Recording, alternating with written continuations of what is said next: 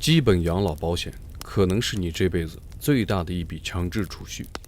問題是，這筆錢真的是等你老了以後來取的嗎？今晚我們要聊的就是這筆錢背後長達38年的故事，從它是怎麼來的，到它以後可能會怎麼樣。咱們先搞懂一件事兒，你每個月被扣掉的那筆養老保險，並不是簡单的存進了一個寫着你名字的存折。中國的養老金制度有個專業的名詞叫統賬結合，這4個字聽着很乾，但你必須理解它，否則後面你都會聽得雲裡霧裡的。所謂統，是統籌賬戶，你的公司替你交的那部分養老金，大約是你工資的16%。這筆錢不屬於你，它進了一個大池子，叫統籌基金，用來幹嘛呢？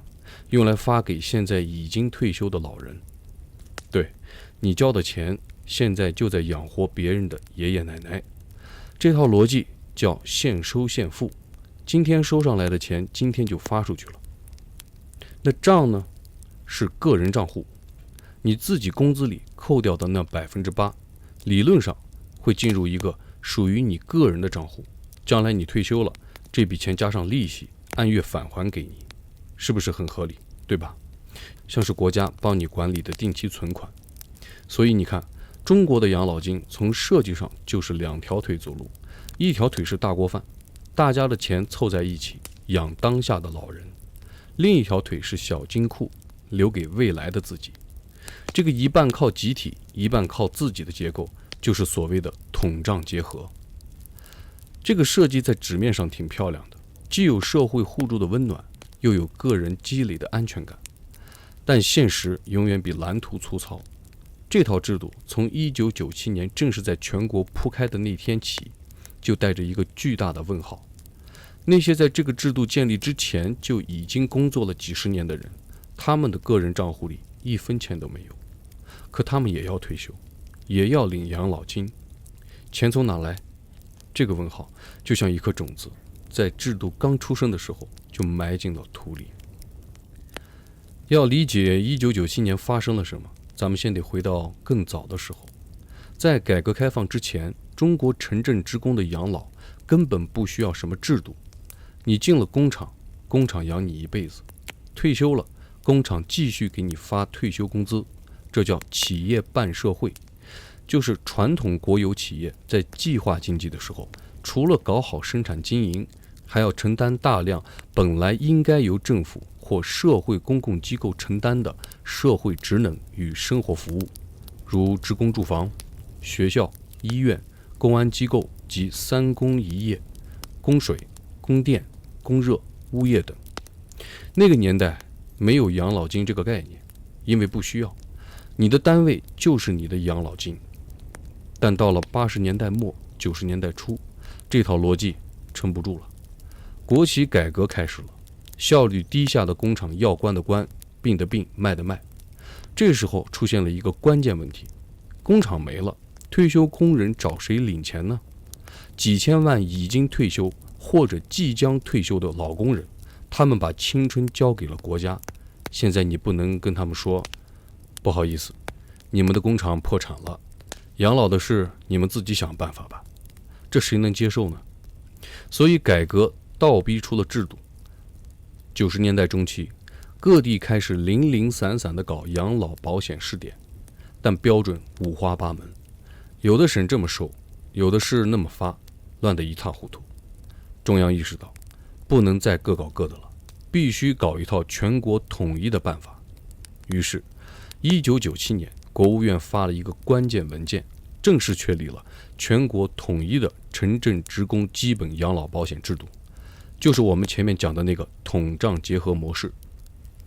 這個時間點很微妙，1997年亞洲金融危機剛剛爆發，整個東亞的經濟搖搖欲墜。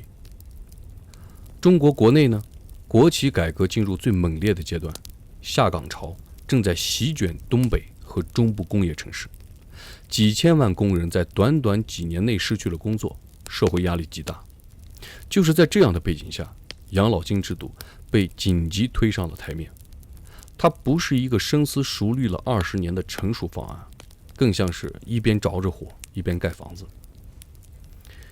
制度建立起来了，但一開始就有一個大麻煩，那些在1997年之前已經退休的人被稱為老人，他們從來沒有交過1分錢養老保險，但你必須給他們發養老金。還有一批人在1997年之前就參加工作了，但還沒有退休的人被稱為中人，他們前半段的職業生涯也沒有交過保險，個人賬戶裡是空的。只有1997年之後才入職的人叫新人，他們是從頭開始交費的一代。問題來了，老人和中人要領的錢從哪裡出呢？他們的個人賬戶裡沒有錢，統籌賬戶裡的錢又是當下在職的人交進來的，根本不夠同時覆蓋這麼多人的退休金。這就是經濟學裡經常提到的轉軌成本。從舊體制切換到新體制，總有一代人是兩頭不靠的。而中國當時選擇的辦法簡單粗暴，但在那個年代幾乎是唯一的選擇，那就是先把窟窿留着，以後再想辦法填。這個以後後來變成了一個非常非常漫長的以後。1997年制度建立時，國家選擇了先欠着，以後再補。那這個欠具體是怎麼操作的呢？答案就藏在你的個人賬戶裡。按照制度設計，你工資裡扣的那8%應該老老實實的待在你的個人賬戶裡，專款專用，將來退休了一筆一筆返還给你，這屬於你的錢，誰也不能動。但現實是，這筆錢從一開始就沒能真正待在那裡，因為統籌賬戶那邊根本不夠用。幾千萬老人和中人要領退休金，統籌那個大池子的水很快就見底了。怎麼辦？地方政府看了看旁邊那個寫着個人賬戶的池子，裡面還有水，於是一伸手，那就先借來用用吧。這一借就再也沒還過。你的個人賬戶裡賬面上寫着你有多少多少錢，但實際上那個數字只是一個記賬符號，真金白銀早就被挪去發了當期退休人員的養老金。這種現象有一個非常精準的名字，叫空賬運行。賬是你的，錢不在了。這件事兒從90年代末就開始了，而且規模越來越大。到了2004年前後，中國個人賬戶的空賬規模已經超過了7000億元。到了2010年，這個數字被各類研究估算，已經膨脹到了好幾萬億。具體數字官方很少正式公布，但學界和政策研究圈子都心知肚明，這個窟窿不是什麼秘密，但它是一個被默许的，大家都不太想公開討論的秘密。你可能會問，這合法嗎？其實從制度運行的角度看，它確實處於一個灰色地带。中央從來沒有發文說允許挪用個人賬戶，但也沒有強制要求各地必須坐實個人賬戶。坐實的意思就是你賬戶裡寫着多少錢，就真得有多少錢趴在那裡。2001年，遼寧省率先搞了試點，嘗試把個人賬戶坐實。後來東三省都試了，再後來擴展到了幾十個省。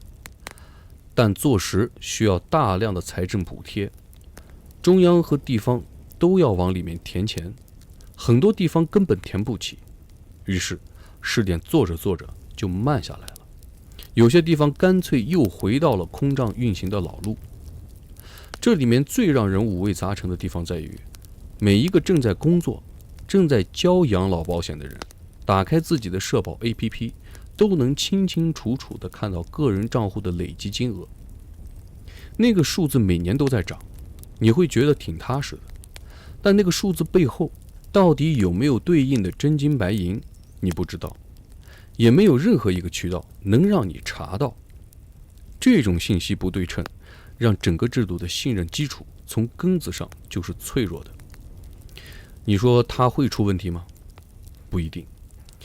因為只要在職的人持續交錢，退休的人就能持續領錢，這個循環就不會斷。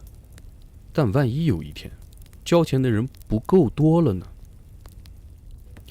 進入2000年代，中國經濟像是踩了油門一樣，加入了 WTO 之後，沿海工厂訂單多的都来不及接，城市建設工地遍地開花，這一切需要大量的勞動力，而這些勞动力都來自農村。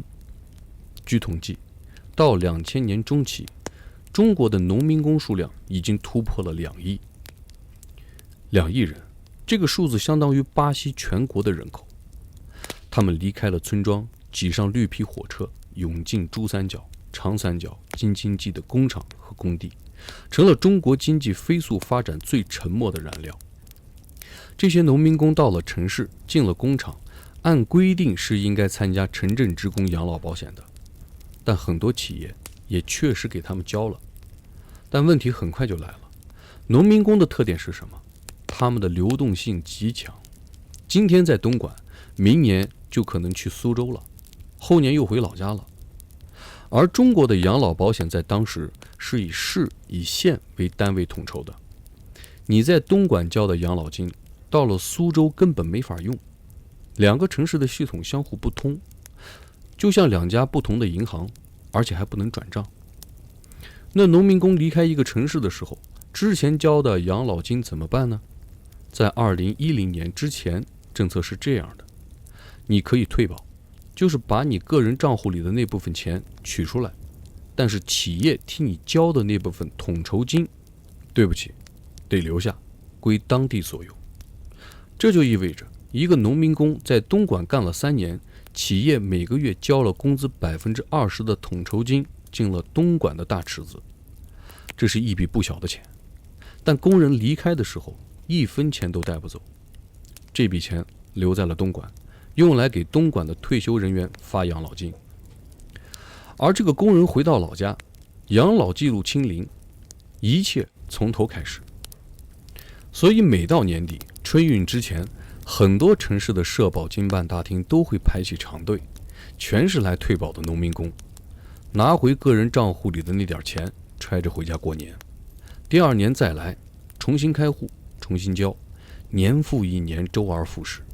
這種場景在深圳特別典型，有幾年深圳每年退保的人數高達幾十萬。你說這些工人傻嗎？他們一點都不傻，他們算得很清楚，與其讓這筆錢鎖在一個我可能再也不回來的城市，不如拿到手裡更踏實。這就暴露了制度設計裡一個非常尷尬的漏洞。養老金制度在1997年建立的時候，腦子裡想的是一個人在哪裡就在哪裡幹一輩子的世界。但中國的現實是，幾億人在不停地流動，制度是靜態的，人是動態的，2者之间的錯位造成了大量農民工實際上被排除在養老保障之外。他們交了錢，但最後什麼都沒攢下來。2010年，國家終於出手了，城鎮企業職工基本養老保險關係轉移接續暫行辦法開始實施，名字很長，核心意思就一個：養老保險可以跨省轉移了，個人賬戶的錢可以全部帶走，統籌基金也可以轉移一部分。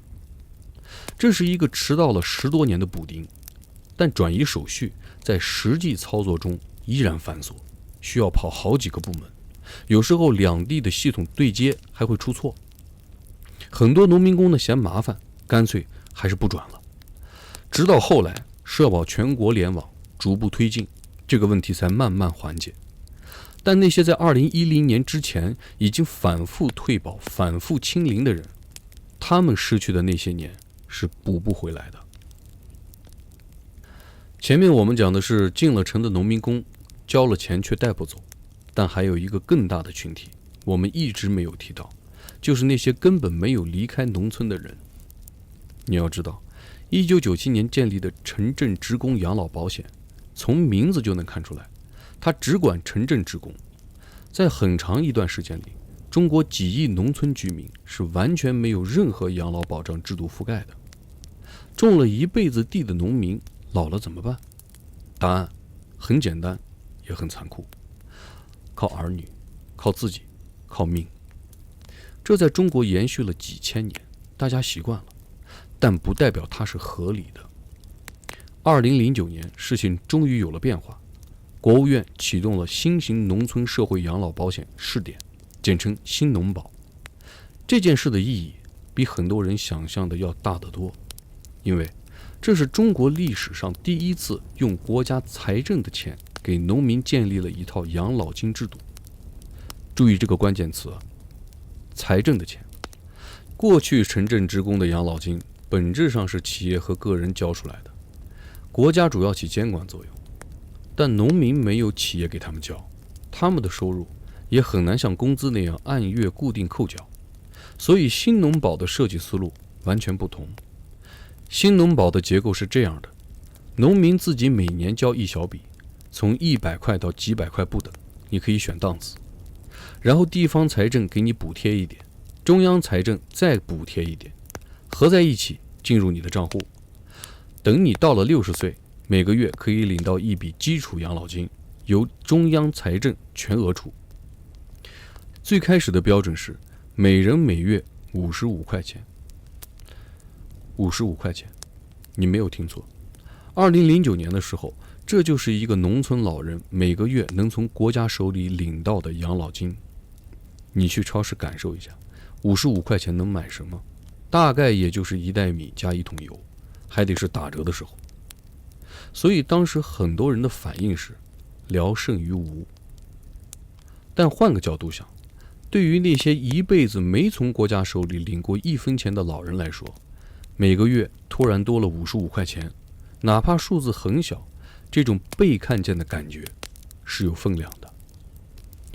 2011年，城市裡那些沒有正式工作的居民也被納入了類似的制度，叫城鎮居民社會養老保險，簡稱城居保。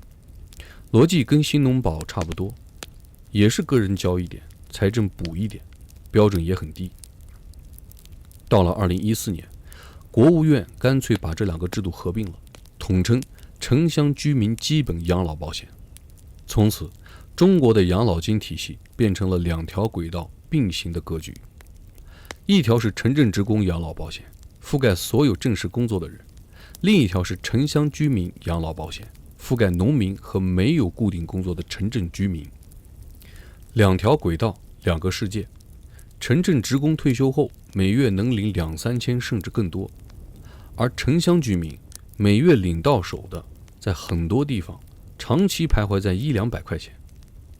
同樣是中國人，同樣交了一輩子的辛苦錢，退休後的待遇差距能到10倍以上。這個差距不是誰偷懶的問題，而是你出生在哪裡，你從事什麼工作，你在不在體制內，這些你幾乎無法選擇的因素決定了你老年生活的底色。到2025年，城鄉居民養老保險覆蓋的人數已經超過了5億，5億人每個月靠着100-200塊錢的養老金在生活。這筆錢能叫養老嗎？恐怕只能叫活着。但制度的存在本身至少意味着一件事，國家承認了每一個人，不管你是在寫字楼裡敲鍵盤的白領，還是在田埂上彎腰插秧的農民，老了以後都應該有人管。至於管到什麼程度，這個問題到今天還在被反覆追問。前面我們一路追着制度的演變跑，從1997年建制度到空降，到農民工流動，到農村終於被覆蓋。你可能覺得雖然問題一堆，但好歹制度在不斷修補，方向是往好的方面走的。確實如此，但所有這些修補都有一個大前提，就是得有足夠多的人在交錢。養老金這個遊戲的底層規則很簡單，在職的人交錢，退休的人領錢，只要交錢的人比領錢的人多，游戲就能轉下去。這個比值學術上叫制度贍養比，也可以理解為幾個年輕人養一個老人。90年代末的時候，這個比值大概是5:1，5個在職的人供養1個退休的人，壓力不大。但後來這個數字開始一路往下掉，到2010年中期，已經變成不到3:1了。到了2020年，部分省份已經接近2:1，甚至更低。這背後最大的推手就是老龄化。中國的老龄化速度有多快呢？2000年的时候，60歲以上的人口占總人口大約10%，到了2020年，這個數字已經跳到了18.7%。僅僅20年，老年人口比例幾乎翻了1倍。聯合國的標準是65歲以上的人口超過14%，就算深度老齡化社會。法國走完這個過程用了115年，瑞典用了85年，中国只用了大約21年。你想想這個速度，為什麼速度這麼快？原因說起來也並不複雜。一方面是過去10幾年計劃生育政策的累積效應，新生兒數量被壓了下來；另一方面是醫療水平提高了，人活得更長了。這2個趨勢一疊加，結果就是底下進來的人少了，上面出去的人慢了，中間這個池子裡的老年人越來越多。2016年全面2胎政策放開了，2021年3胎政策也來了，但生育率並沒有像預期那樣反彈。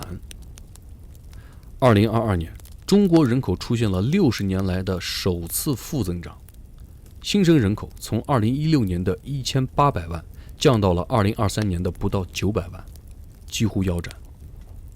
這意味着未來20年進入勞動市場開始交養老保險的年輕人會大幅減少，而與此同時，60年代嬰兒潮時期出生的那一大批人正在集中進入退休年齡。更麻煩的是，這個趨勢在短期內幾乎是不可逆的。就算從今天起每個家庭都生3個孩子，這些孩子要長大，要工作，要開始交養老金，也至少是20年以後的事兒。但養老金的支付壓力是今天就擺在桌子上的。當一個制度賺的錢一直趕不上花的錢，那這個交叉點遲早會到來。結餘開始縮小，然後歸零，然後變成負數。這條曲線的走向在2019年被一份報告精確地畫了出來，而那份報告的結論讓很多人第一次感到了真實的不安。2019年4月，中國社科院世界社保研究中心發布了一份報告，叫《中國養老金精算報告2019至2050》。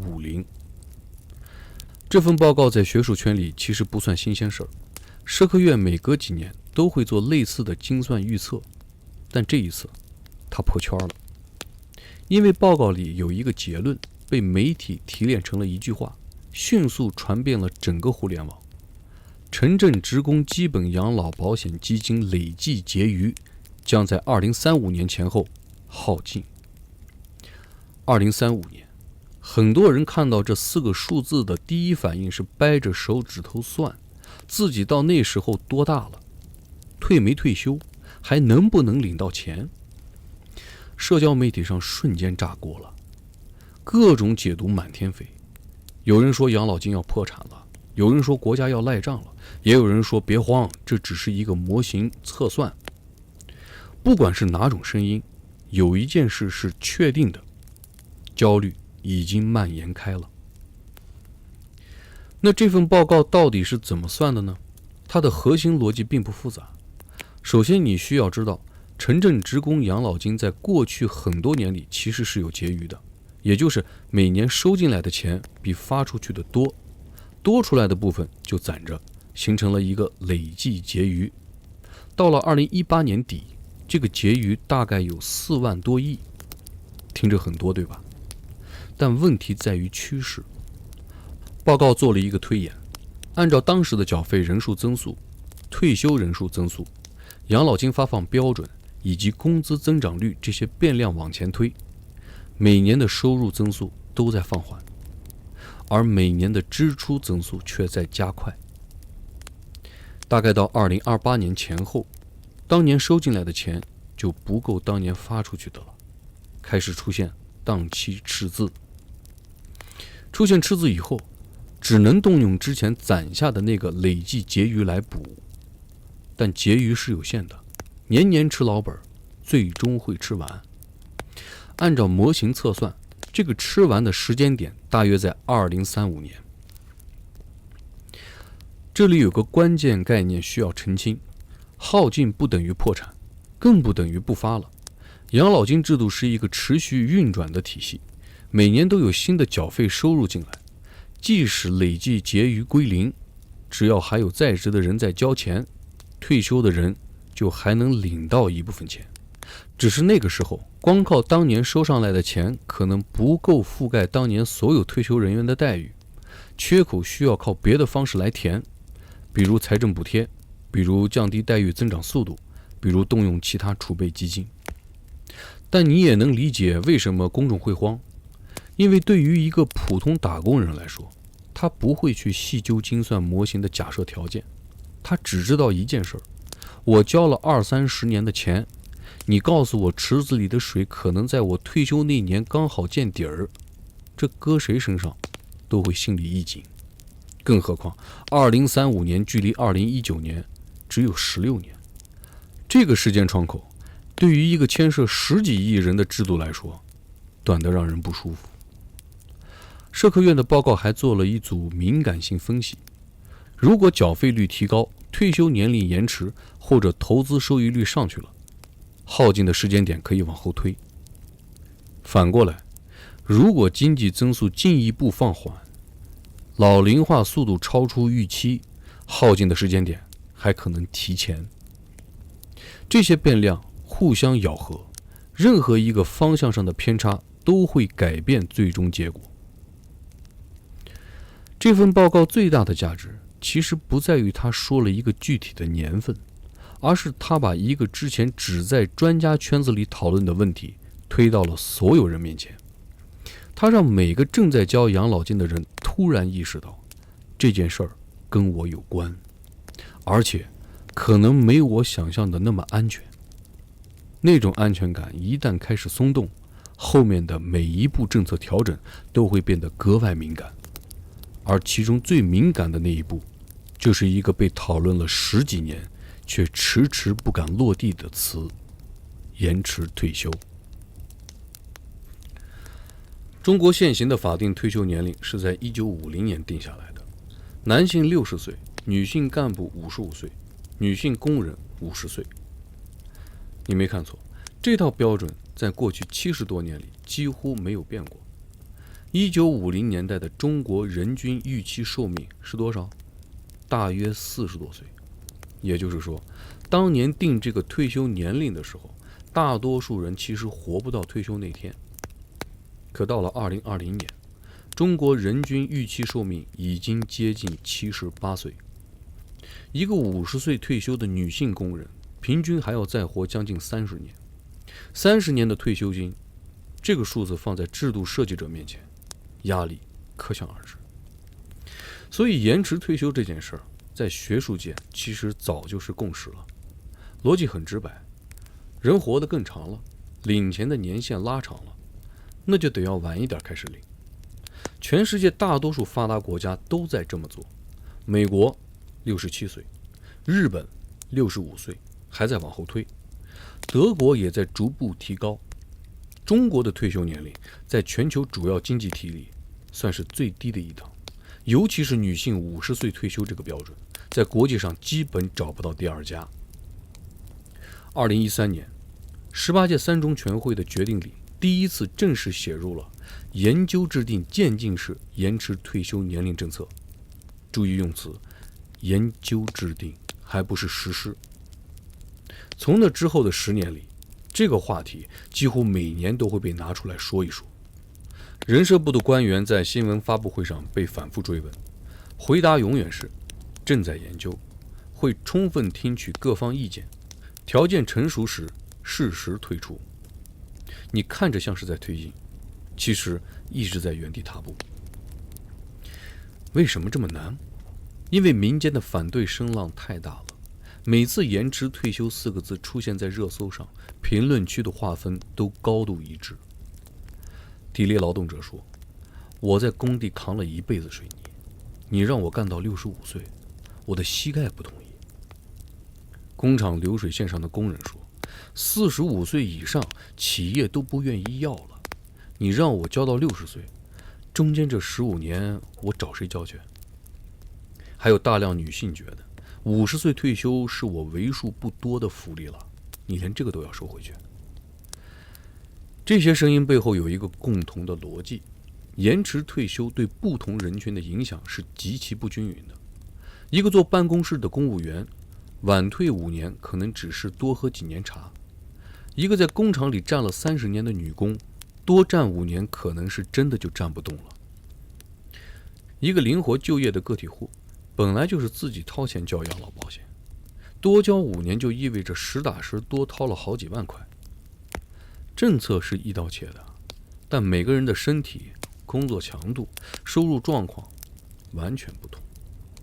這種差異的痛感，讓延遲退休變成了一個誰碰誰挨罵的話題。還有一層更深的情緒，說出來有點扎心。很多人覺得我交了一輩子的錢，好不容易熬到退休，你告訴我要再多熬幾年。我年輕的時候你說以後會有保障的，現在快輪到我了，你說錢不夠了要推遲。你說人家這能不急嗎？2025年初，延遲退休方案終於正式公布了，採取漸進式推進，節奏很慢，用15年的時間逐步把男性退休年齡從60歲推到63歲，女性幹部從55推到58歲，女性工人從50推到55歲，同時設置了彈性區間，允許個人在一定範圍內選擇提前或延後。整體設計已經比最初討論時溫和了很多，但依然引發了大量討論。20年磨一劍，這一劍砍下來，沒有人覺得不痛，但所有人都知道，不砍，那個2035年的窟窿只會來得更快。延遲退休是在支出端動刀，讓人晚幾年領錢，減緩流出速度。但光靠這一招遠遠不夠。你把退休年齡推遲3年5年，能爭取到一些緩衝時間，可它改變不了根本趨勢。交錢的人在變少，領錢的人在變多。這條曲線的走向不會因為退休年齡的微調而徹底逆轉。所以國家很早就開始在收入端布局，做了好幾張底牌。第一張牌叫劃轉國有資本充實社保。這個思路最早在2001年就提出來了，但真正大規模落地是在2017年之後。它的邏輯是這樣的：1997年之前的那批退休老人，他們沒有交過養老保險，但他們年輕時的勞動成果沉澱在了國有企業的資產裡。換句話說，國企的家底有他們當年的一份貢獻。既然個人賬戶的窟窿是因為要給他們發養老金而產生的，那從國企的資產裡切一塊出來填這個窟窿，邏輯上說得通。2017年，國務院正式發文，要求將中央和地方國有企業及國有控股大中型企業和金融機構10%的國有股權劃轉給全國社保基金。這個比例聽着不高，但基數很大。中國國有企業的總資產規模是一個天文數字，切10%下來也是好幾萬億。到2021年前後，中央層面的劃轉已經基本完成，累計劃轉了大約1.68萬億。地方層面的推進相對慢一些，但也在持續進行。不過要注意，劃過去的是股權，不是現金。全國社保基金拿到的是這些企業的股份，每年收到的是分紅，而不是一下子變現出一大筆錢來。所以這張牌打的是長線，它能提供持續的現金流入，但不能一次性解決眼前的缺口。第二張牌是全國社會保障基金本身，這個名字很容易跟基本養老保險基金搞混，但它們是兩碼事。基本養老保險基金是每個月收上來發出去的那個池子，而全國社保基金是2000年專門設立的一個國家級戰略儲備基金，就是為了應對未來人口老齡化高峰時期養老金可能出現的支付缺口。你可以把它理解成國家層面的一筆应急存款。這筆錢的來源包括財政撥款、國有資本划轉受益、彩票公益金以及投資受益。到2023年底，全國社保基金的資產總額已經超過了3萬億，聽着很厚实。但对比一下每年城镇職工養老金的支出規模，大約6萬多億，你就知道3萬億也就夠撐半年左右。它是一个安全垫，但談不上高枕無憂。第3張牌是養老金的投資運營。基本養老保險基金只能存在銀行或者買國債，收益率很低，有些年份跑不贏通脹。這等於什麼呢？等於你的錢表面上在增長，實際上在貶值。2015年，國務院發布了《基本養老保險基金投資管理辦法》，允許各省把結餘基金委託給全國社保基金理事會進行投資運營，可以投股票、債券、基金等等，但股票類資產不能超過基金淨值的30%。這一步的目的是提高收益率。從公開數據來看，全國社保基金過去20多年的年均投資收益率大約在7%到8%左右。這個成績在全球主權基金裡算中上水平，但基本養老金委託投資的部分佔比還不算高，很多省份還是習慣把錢存在銀行裡，不太敢投出去。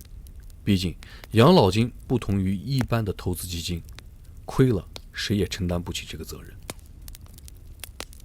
除了這3張名牌，財政補貼一直是托底的暗線。事實上，從2010年開始，中央財政每年對基本養老保險基金的補貼已經超過了幾千億，並且在逐年增長。換句話說，養老金的盤子早就不是自給自足了，財政一直在往裡面輸血，這根管子以後只會越來越粗，壓力最終會傳導到整個國家的財政結構上。牌桌上攤開的是這些底牌，每一張都有分量，但每一張都不是萬能的。他們能做的是爭取時間，把那個臨界點盡量往後推，給制度改革留出空間。但最終的問題還是會落到每一個具體的人身上。這些宏觀的手段都用盡了之後，你自己的養老該怎麼辦？我們聊了制度、數據和政策，最後我們來對準具體的人，就是正在聽這期節目的你。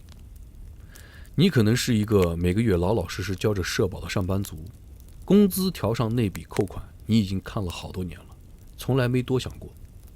你也可能是一個自由職業者，每個月自己跑去交靈活就業社保，心裡一邊交一邊嘀咕，這錢到底值不值？你還可能是一個剛畢業沒幾年的年輕人，覺得退休這件事兒離你太遠了，等以後再說。不管你是哪一種，今晚聽完這些之後，我希望你認真想一個問題：你的養老，你打算靠什麼？這個問題聽起來很大，但拆開來看，其實就3個問題。第一，是制度給你的那個底，城鎮職工也好，城鄉居民也好，基本養老金是你的第一層保障，它能不能讓你過得很好呢？大概率不能。但它能不能保證你有一口飯吃呢？大概率可以。即使2035年的預警成真，即使累積結餘耗盡，養老金制度也不會突然消失。只要國家還在收稅，還有財政收入，基本養老金就會繼續發，只是發多發少，夠不夠花的問題。所以第一層的底是在的，但這個底可能比你想象的要薄。第二，是你自己攒的錢，這裡面包括你的存款、你的房子、你的投資。過去20年，很多中國人把養老的希望壓在了房子上。以房養老這個概念聽着不錯，但它有一個巨大的前提，就是房子得值錢才行，而且到时候得賣得掉。在人口持續減少、年輕人越來越少的趨勢下，20-30年後的房價會是什麼樣？沒有人能打保票。把所有雞蛋放在房子這一個籃子裡，風險是很大的。這幾年，國家一直在推的第3支柱個人養老金制度，在2022年底已經正式落地。簡單說就是，你可以每年往一个專門的養老金賬戶裡存一筆錢，上限是12000元，享受稅收優惠，到退休的時候再取出來。這個制度的方向是對的，給個人多了一個補充養老的渠道。但說實話，每年12000的額度，對於真正的養老需求來說，只是杯水車薪。而且這個賬戶裡的錢投什麼，收益怎麼樣，也要靠你自己做選擇。對於大多數普通人來說，金融素養是一道門檻。第3，可能是最容易被忽略的，就是你的健康和你的社會關係。這話聽着有點虛，但你想想，一個70歲的老人，身體健康，能走能動，跟一個70歲但需要長期護理的老人，他們的養老成本完全是2個量級。醫療和護理支出才是晚年最大的花銷黑洞。你現在每天熬的夜，吃的垃圾食品，跳過的那些體檢，都是在為30年後的自己埋單。養老從來不只是一個錢的問題，它也是一個身體健康的問題。還有社會關係。中國正在經歷一個深刻的家庭結構變化，獨生子女一代已經進入中年，他們的父母正在老去，一個人要面對2個甚至4個老人的養老需求，同時還要養自己的孩子。這種上有老下有小的壓力，不是多存幾萬塊錢就能解決的。未來的養老一定不能只靠家庭內部消化，社區養老、互助養老、專業護理體系，這些社會化的支撐網絡會變得越來越重要。說到底，養老這件事兒沒有一個標準答案，它是每個人都必須要自己面對的長期課題。你需要制度的底線，也需要自己的準備，更需要一點運氣和一副還算過得去的身體。唯一確定的是，它不會因為你不去想就自動能解決。越早面對，選擇就越多；越晚面對，能做的就越少。這一點對每個人都一樣。38年，從1997年到今天，中國的養老金制度走過了一段跌跌撞撞的路。